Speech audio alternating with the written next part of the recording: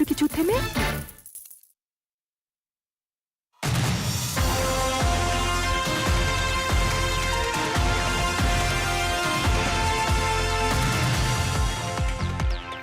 네, YTN 라디오 생생경제 2부 시작하겠습니다.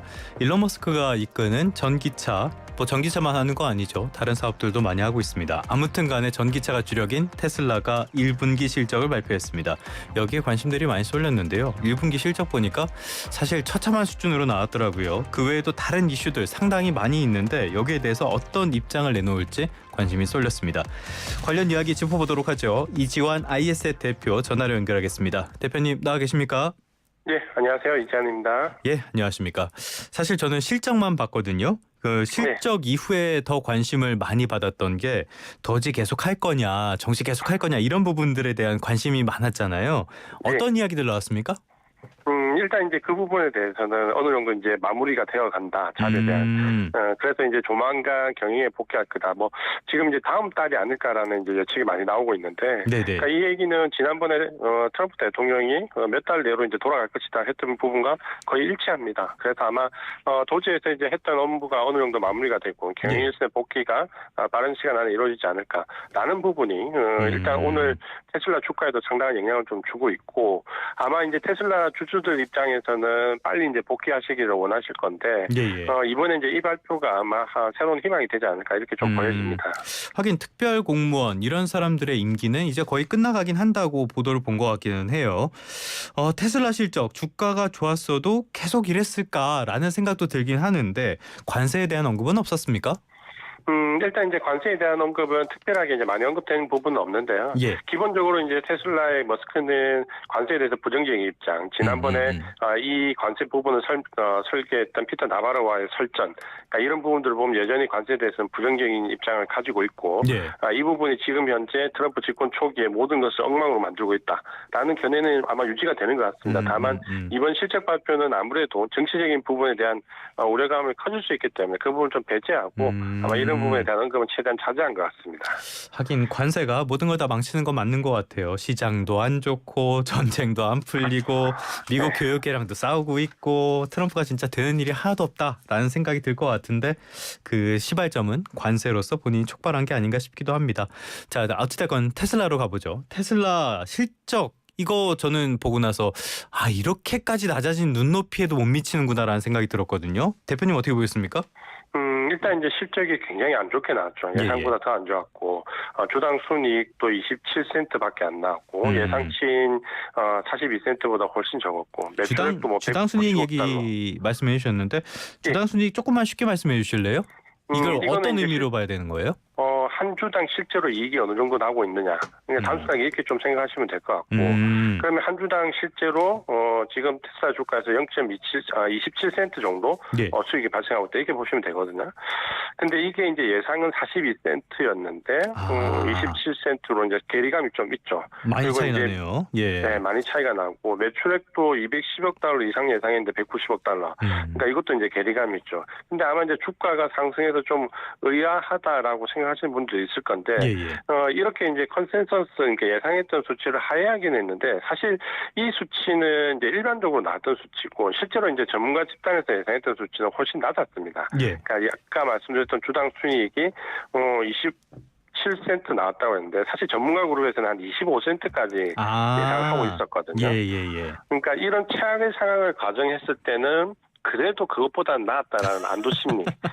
그러니까 워낙 안 좋다라고 봐야 되겠죠. 그러니까 그 부분이 가장 컸던 것 같고. 그다음에 이제 아마 이제 저가형 자동차가 조만간 출시될 거라는 기대감.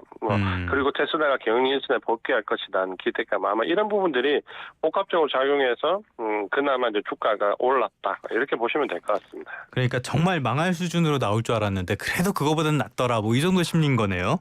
그렇죠. 그게 보통 안돌랠리라고 할 수 있죠. 알겠습니다. 이걸로 안돌해야 될지는 잘 모르겠는데 테슬라 같은 경우에는 전기차 지금 안 팔리고 있는 거는 다들 잘 아는 상황이고 그런데 전기차뿐만이 아니라 다른 사업들 특히 에너지 사업 부문 이쪽에 주목을 해야 된다라는 이야기들 많이 했었잖아요. 그런데 이 부분은 그래도 실적이 괜찮게 나온 것 같아요. 어떻게 보였습니까? 그나마 이제 좀 아마 테슬라 주주들 입장에서는 조금 위안거리가 되지 않을까 싶고 예상했던 실적 가이던스에서 그래도 유일하게 좀 상향했던 그 부분이거든요. 그러다 보니까 아마 여기에는 조금 안도하는 부분이 나올 수 있는데 문제는 이제 본업이 잘 되어야 아무래도 테슬라의 주가에 부양에 대한 크기는 큰데 일단 미래에 대한 비전은 어느 정도 이런 부분들이 커버를 할 수 있죠. 그러니까 로봇 자율주행, 우주 산업도 뭐 일부 영향을 주긴 하지만 그러니까 이런 부분에 대한 기대치는 있지만 그게 당장의 실적으로 연결될 거냐라는 부분에서 그 퍼센테이지가 크지가 않고 어쨌든 지금은 전기차와 관련된 부분에서 빨리 바닥을 확인하는 게 테슬라의 지금 주가를 부양할 수 있는 가장 빠른 방법이라고 생각합니다. 하긴 뭐 매출 비중이 제일 크니까 애플에서 아이폰 빼고 다른 게 다 잘 된다 그래도 아이폰이 안 팔리면 아무 의미도 없는 것처럼 뭐 그런 게 아닐까 싶긴 한데 본인들은 이렇게 실적이 안 좋아진 원인 뭐라고 이야기하고 있습니까?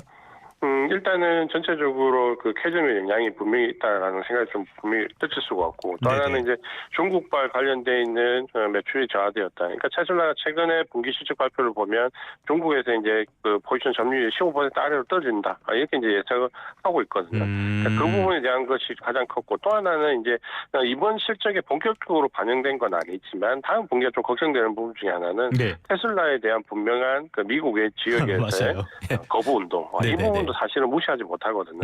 다만 이제 이 부분도 다음 분기 실적에는 반영이 될 것 같고 그러다 보니까 좀 어느 정도 테슬라에 대한 그 미래가 암울한데 문제는 이제 이번에 물론 이제 관세 영향이 있긴 하지만 다음 분기 실적이나 어떤 실적 가이던스에 대해서 제시를 하지 않았거든요. 그러니까 이런 부분은 이제 미래에 대한 산업에 대한 불확실성도 여전히 커져가고 있고 이 과거 같으면 만약에 그 실적 가이던스를 제시하지 않으면 주가가 거의 폭락을 했거든요. 근데 아마 이번에는 관세가 워낙 민감하기 때문에 어떻게 될지 모르기 때문에 예측이 불가능하다라고 이제 시장이 좀 받아들이는 거는 있지만 그럼에도 불구하고 향후 미래에 대한 비전을 제시하지 못했다. 이 부분은 여전히 테슬라의 불확실성 미래 내포하고 있다. 이렇게 보여집니다. 하긴 부정적일 수밖에 없죠. 간밤에 CNBC 보도 나온 거 보니까 미국인의 47%가 테슬라에 부정적이다. 공화당원은 테슬라에 호감이긴 한데 전기차에는 부정적이다. 어디다 팔아야 될지 모르겠네요. 그렇다면 이런 상황이 된다면은 이사회 쪽에서 야, 너 정치 그만하고 경영이나 똑바로 해 이렇게 좀 요구해야 되는 거 아닙니까? 아니죠. 충분히 그럴 수 있고요. 근데 이제 테슬라는 워낙 그 지배 구조가 테슬라가 곧 머스크고 머스크가 곧 테슬라인 상황이기 때문에 아마 이 부분이 절대적이라 판단하고 있고 또 아마 그 테슬라의 이제 이사회에서는 그나마 이제 머스크가 트럼프 정부에서 버티고 있기 때문에 그래도 이런 관세 영향에서 어느 정도 버틸 수 있지 않나라는 심도 있기 때문에 아마 이제 그런 부분은 좀 교차할 것 같은데 이제는 그럼에도 불구하고 워낙 실적이 안 좋기 때문에 지금 이제 경영 일선에 이제 돌아와서 몰두한다고 해도 사실 테슬라의 미래가 지금 밝지 않은 상황이거든요. 거기다가 이제 오늘 이제 실적 가이던스 발표했던 내용에서 일부를 보면 이제 기대했던 미래 산업이 생각보다 그렇게 빨리 진척이 될 것 같지 않다라는 부분도 좀 보이거든요. 그러니까 그런 부분들 복합적으로 본다면은 아마 이 사이에서도 빠른 경영 복귀를 좀 종용할 것 같습니다. 미래 산업 말씀해 주셨는데 사실 테슬라의 주가가 올랐던 배경 가운데 하나가 자율주행차라든지 로보택시라든지 이런 계획에 대한 기대감이 많이 작용을 했잖아요. 이 부분에 대한 이야기가 있었던 거예요? 네, 이 부분에 대한 이제 언급이 좀 있었고, 뭐 장기 비전으로는 우리가 알고 있는 휴머노이드 로봇 옵티머스를 2030년도까지 한 100만 대 이상 생산하겠다라는 부분 이제 비전 발표를 했는데, 사실 이제 투자자들이 관심을 가지는 것은 그것보다는 로보택시와 관련된 부분, 이게 이제 어떻게 빨리 상업화되느냐 이 부분이거든요. 근데 로보택시와 관련된 부분은 2026년도 내년도에 테스트와 양산을 시작하겠다 이렇게 이제 발표를 했는데 이것도 이제 약간 올 하반기에 기대했던 부분에서는 한 템포 밀렸다라고 볼 수 있고 또 한 가지는 내년에 양산이라는 표현만 썼으면 좀 괜찮았는데 테스트 및 양산이거든요. 그러니까 아직까지 그것도 모르겠다는 거네. 그렇죠. 그러니까 테스트 후에 양산이기 때문에 테스트도 끝나지 않았다라는 관점에서 본다면 이 양산 테스트와 양산이 같은 해에 일어날 수 있을까라는 부분도 사실 의문입니다. 그래서 아마 그런 부분은 아마 장기 비전에서 조금 일부 후퇴했다 이렇게 보시는 게 맞을 것 같습니다. 테스트와 양산이라고 얘기하면은 뭐 2080년에 한다는 얘기가 될 수도 있을 것 같고요. 어쨌건 그러다 보니까 이제 가장 중요한 거 그러면 앞으로 주가는 어떻게 움직일 걸로 보세요? 일단은 이제 그 주가는 그럼에도 불구하고 어제 상승했고는 시간에서 나쁘지 않았거든요. 예. 그러면 이제 결국은 사실 테슬라가 지금 보시는 상황에서 실적이 과연 다음 분기에 과연 좋아질까 그렇게 상상하기는 좀 어렵습니다. 다만 주가가 이제 더 이상 내려가지 않는 이제 바닥을 하긴 했느냐라는 부분인데 만약에 주가적 상승 여력이 없다 하더라도 바닥론이라면 주가가 여기서 어느 정도 이제 바닥을 확인하고 머무를 수는 있거든요. 예. 그러니까 지금 기대할 수 있는 심리는 이제 그런 쪽이 가깝지 않을까라고 보여지고 또 한 가지는 이제 저가형 차량이 이제 상반기 안에 본격적으로 생산하겠다. 여기에 대한 사실 기대감이 많이 반영됐거든요.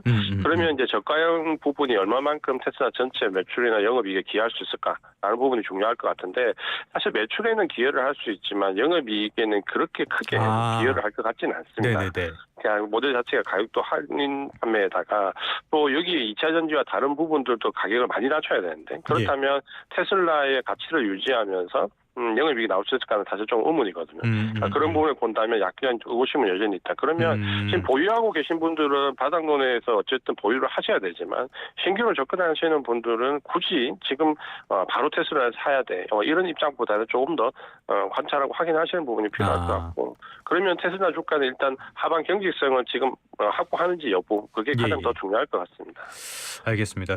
머스크 본인은 극도로 낙관적이다라고 이야기를 했던데 뭐 이분은 자기에 대해서 항상 이렇게 얘기하는 분이니까 항상 말씀드리지만은 테슬라 주식은 과거의 높은 수익률만 보고 함부로 접근할 주식은 분명히 아닌 것 같습니다. 지금까지 이지환 IS의 대표와 함께 테슬라 실적에 대한 이야기 나눠봤습니다. 오늘 말씀 고맙습니다. 고맙습니다.